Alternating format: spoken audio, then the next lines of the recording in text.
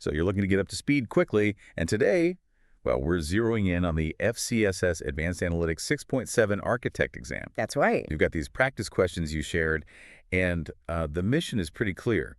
Pull out the key info, the nuggets, to get you informed fast. Exactly. Think of it like a shortcut, you know? We're Yeah. aiming to grasp the core ideas here, not just reading answers, but really understanding why they're the answers. Right.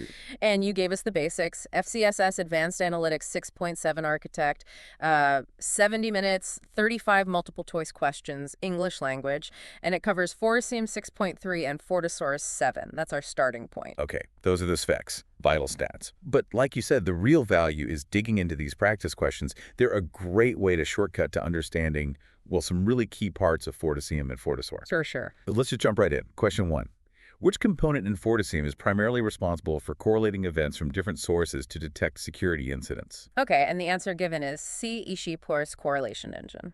Correlation engine. Okay, sounds important, like the core of it. Yeah. Why is this the component for spotting incidents? Well, yeah, you could kind of think of it like the central nervous system, maybe, for Yeah. threat detection. It's constantly processing this flow of logs and events From all over. from everywhere, exactly. Firewalls, servers, endpoints, you name it.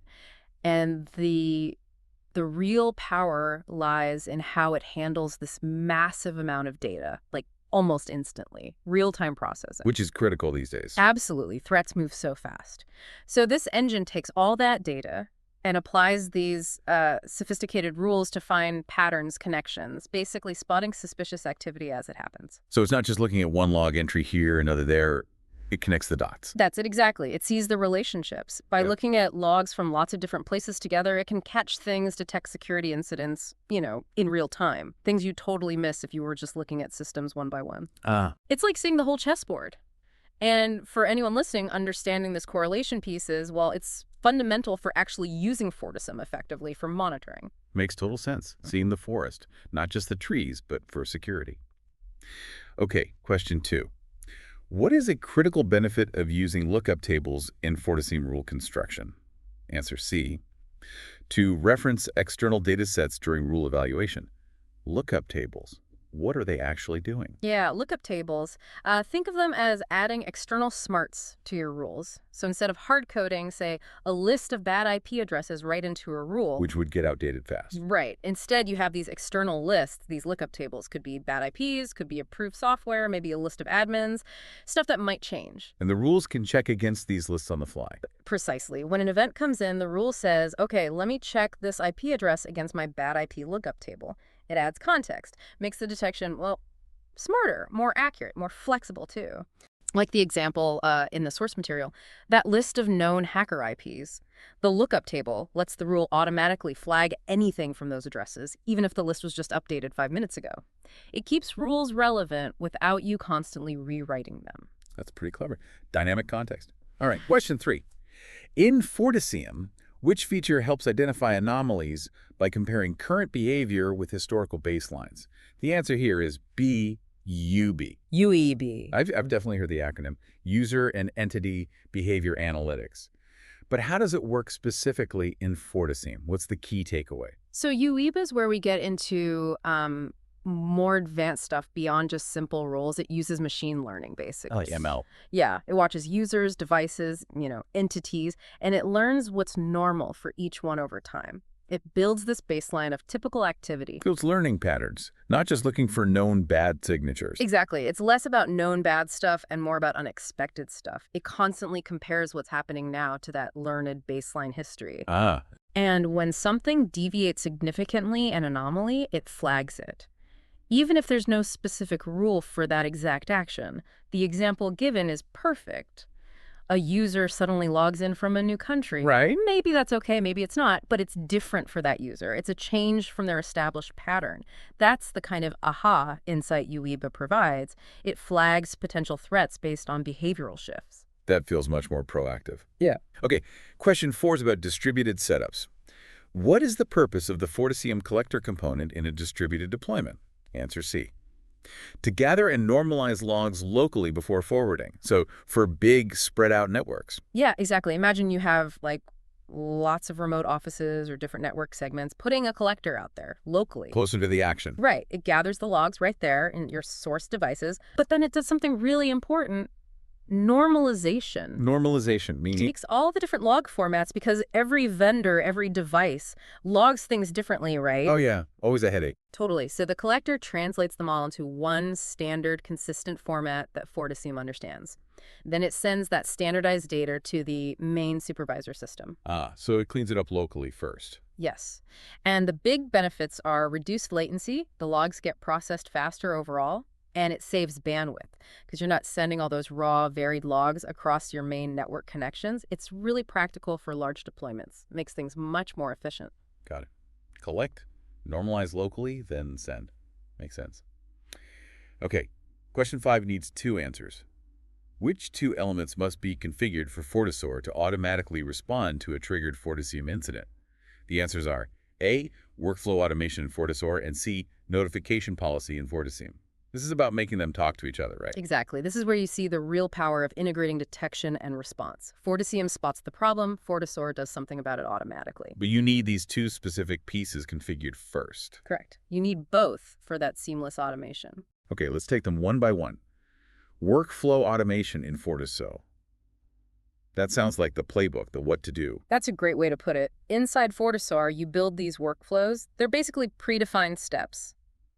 If this kind of alert comes in, then do these actions. Like what kind of actions? Oh, could be anything, really. Block an IP address, disable a user account, isolate a machine, send an email to the security team, create a ticket. You define the response sequence. That's the workflow. Okay. And the second piece, the notification policy in FortiSIEM. That's the trigger. That's the bridge. It's the rule inside FortiSIEM that says, okay, this specific type of incident may be based on severity, or the kind of threat needs to be sent over to FortiSOAR to kick off one of those workflows. So FortiSIEM decides which alerts get the automated treatment. Precisely. Without that policy, FortiSIEM wouldn't know which alerts to forward for automatic response. So you need the policy in SIEM to send the alert and the workflow in SOAR to act on it. That's the handshake for automation. Clear.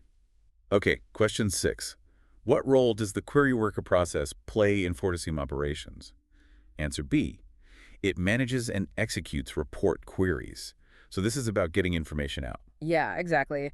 The FortiWorker is kind of the engine room for analysis and reporting. Anytime you run a search, maybe pull up a dashboard or generate a scheduled report. For compliance, maybe? Yeah, or for an investigation. It's the FortiWorker process that actually does the hard work of digging through all the stored log data to find and retrieve the specific information you asked for. So it's the muscle behind the searches and reports. That's a good way to think about it. It's doing the heavy lifting computationally. It's fundamental, really, for letting users actually use the data, investigate things, report on things, just get visibility. Without it working efficiently, turning those logs into actual insights would be, well, much harder. Right. Unlocks the data. Okay, question 7. Which type of FortiSIEM rule allows you to identify when an asset stops sending logs? Answer C. Asset availability rule. Seems simple, but why is knowing when something goes quiet so important? It does sound simple, doesn't it? But it's actually pretty vital for keeping an eye on things continuously.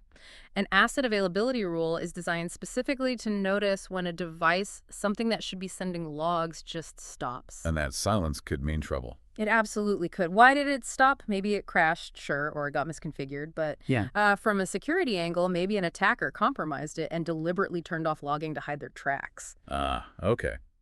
That's a serious possibility. Definitely. So this seemingly basic rule is actually critical for maintaining visibility. It helps you spot those gaps, those unexpected silences, so you can investigate why that device went offline or stopped talking. Essential for continuous monitoring. Good point.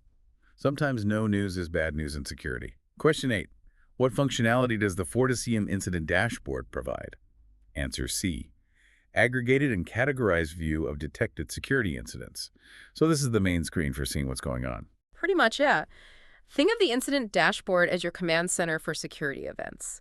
It takes all the alerts FortiSIEM has generated and decided are actual incidents, and it organizes them. Organizes how? Usually by things like severity, how bad is it, what type of attack is it, which assets are involved, what's the status, is someone working on it. It groups related things together. So it cuts through the noise of individual alerts, Helps the security team focus. Exactly. Instead of drowning in raw alerts, the team gets this, well, aggregated and categorized view. It helps them see the overall picture, spot trends, prioritize the really urgent stuff, and just manage the response more effectively. It turns that potential chaos into something actionable. Sounds indispensable for any SOC team. Okay, question 9. When creating a new device parser in FortiSIEM, which step is necessary for ensuring logs are properly interpreted? Answer B. Creating a regex pattern for field extraction. Regex. That sounds technical. What's the practical side of this? It is a bit technical, yeah, but it's crucial. Yeah. So FortiSIEM needs to understand logs from like tons of different devices, right? Firewalls, servers, applications. And they all speak different log languages. Exactly. Different formats, different fields.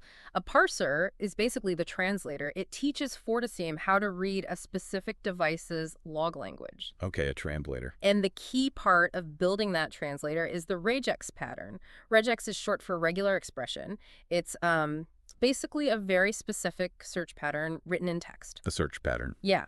It tells FortiSIEM exactly where to find and how to pull out the important bits of information from the raw log message. Things like the IP address, the username, the timestamp, what action happened, all those critical fields. Ah, so the regex tells it how to pick out the useful data points. Precisely. Without the right regex pattern for a specific log type, FortiSIEM just sees gibberish.